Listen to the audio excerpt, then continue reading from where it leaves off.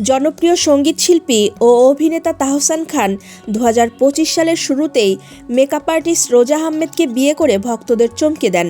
Social মিডিয়ায় দুজনের হাসি মুখ দেখা যেত প্রায়। তবে কিছুদিন ধরে গুঞ্জন দুজনের মধ্যে সম্পর্কটা ভালো যাচ্ছে না। শুধু তাই নয়, গত কয়েক মাস ধরেই আলাদা থাকছেন এই দম্পতি।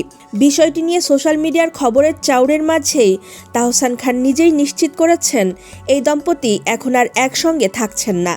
তাহসান খান এক খুদে বার্তায় জানান, দীর্ঘদিন ধরেই আমরা আলাদা থাকছি। পার্সোনাল লাইফ নিয়ে পাবলিকলি কিছু বলতে চাইনি জানিয়ে এই তারকা সঙ্গীত শিল্পী বলেন, অ্যানিভার্সারি নিয়ে অনেক ফেক নিউজ দেখলাম, যার কারণে বলতে হচ্ছে আমরা অনেক দিন থেকেই একসঙ্গে থাকছি না। রোজা আহমেদ তাহসানের দ্বিতীয় স্ত্রী। ২০২৫ সালের ৪ জানুয়ারি মাত্র ৪ মাসের পরিচয়ে তাকে বিয়ে করেন তাহসান। রোজা পেশাদার মেকআপ আর্টিস্ট। ১ দশকেরও বেশি সময় ধরে বাংলাদেশ ও যুক্তরাষ্ট্রে ব্রাইডাল মেকআপ আর্টিস্ট হিসেবে কাজ করছেন এবং নিউ ইয়র্কে তার নিজস্ব একটি মেকআপ প্রতিষ্ঠান রয়েছে।